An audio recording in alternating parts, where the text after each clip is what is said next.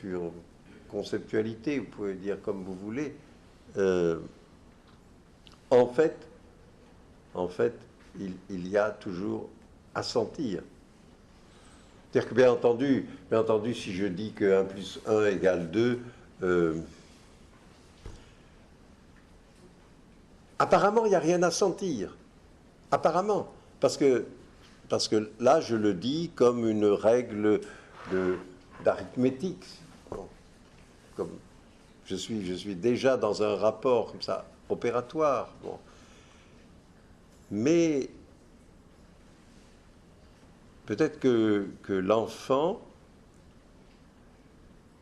à condition qu'on ne pense pas trop à l'enfant qui s'ennuie à l'école, mais à l'enfant qui rentre dans ça, dans le maniement des chiffres, que oui, que 1 c'est 2, et alors 2 et 2, ça 4.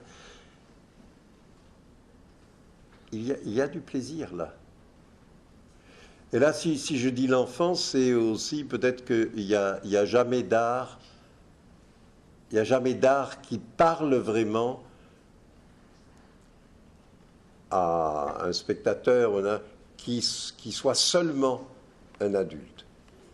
Il faut qu'il y ait de l'enfance. Parce que ce qu'on a enfance, ça veut dire aussi que le sens affleure tout le temps, qu'on est tout le temps là-dedans. Donc on peut très bien être adulte et enfant en même temps. Bon.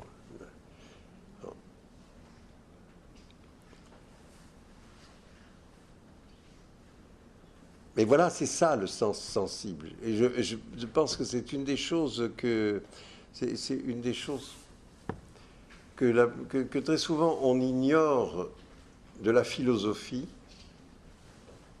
Alors là, je parle de cette philosophie dont ta pièce dit que si, vous avez entendu que si on est philosophe, alors on n'a plus qu'à se taire, c'est tout.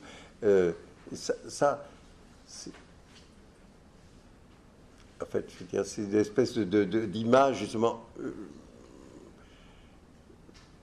image extrême de la philosophie comme une sorte de saisie pure des choses, alors que, évidemment, je dirais, c'est pas du tout ce dont il peut rêver, ta pièce.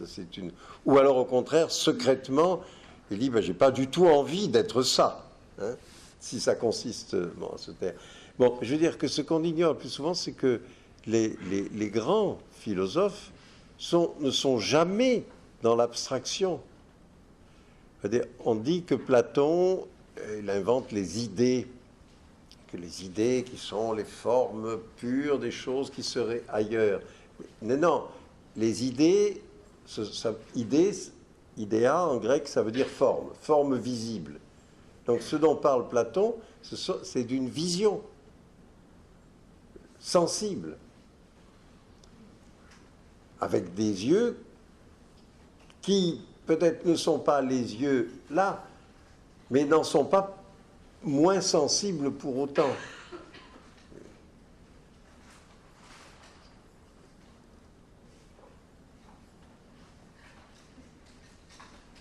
Et d'ailleurs, je pense aussi que la peinture, et les arts du visible en général, ce sont toujours des pratiques qui s'adressent bien sûr aux yeux, mais qui ne s'adressent pas aux yeux en tant qu'organe physique de la vision.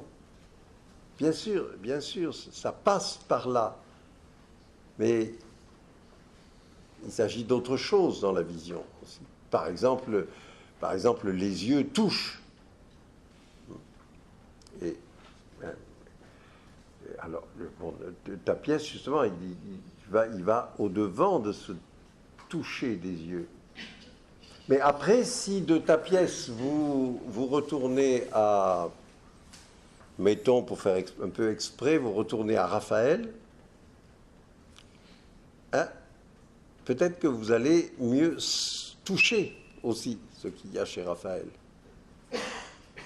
ou disons Michel-Ange, parce qu'il y a aussi Michel-Ange là, mais il y a un tableau en haut, le seul tableau dont je n'avais pas eu l'image, dans lequel il y a une main qui arrive dans le haut du tableau, qui arrive vers la grande croix qui est au milieu du tableau. Et évidemment, cette main a bien l'air d'être une allusion à la main de Dieu dans la création de l'homme, à la Sixtine. Vraiment.